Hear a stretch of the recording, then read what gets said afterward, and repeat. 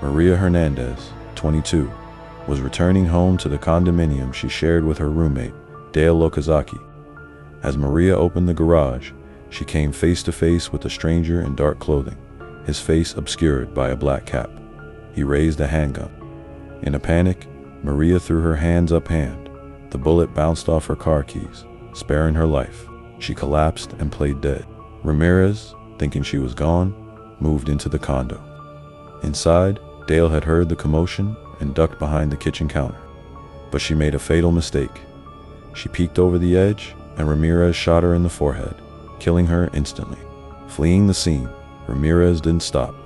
Within an hour, he pulled 30-year-old Silean Veronica Yu from her car in Monterey Park and shot her point blank in the chest.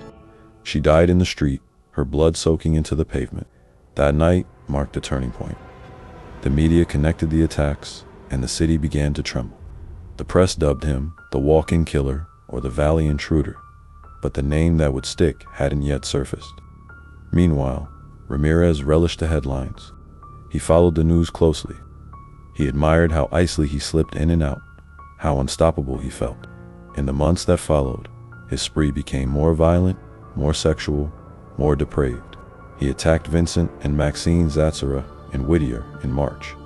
Vincent was shot in his sleep, while Maxine was tied, raped, and stabbed repeatedly. He gouged her eyes out and placed them in a jewelry box, which he took with him. The brutality stunned even veteran detectives. This was no ordinary killer. This was something darker. Then came the murders of William and Lily Doy in Monterey Park, followed by a blitz of attacks across Los Angeles County. Elderly couples, young women, children, no one was safe. He broke into homes with surgical precision, always in the dead of night, always vanishing before dawn. He used guns, knives, hammers. He raped, bludgeoned, and mutilated. In many cases, he forced victims to profess loyalty to Satan before killing them. Some he let live, especially children, perhaps for cruelty, or perhaps because even he had lines he didn't cross. But more often, death followed his footsteps. By the summer of 1985, fear consumed Los Angeles. Residents triple-locked their doors, bought guns, and slept with lights on.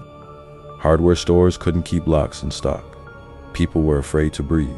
The LAPD and Sheriff's Department were under pressure to act. Hundreds of tips poured in.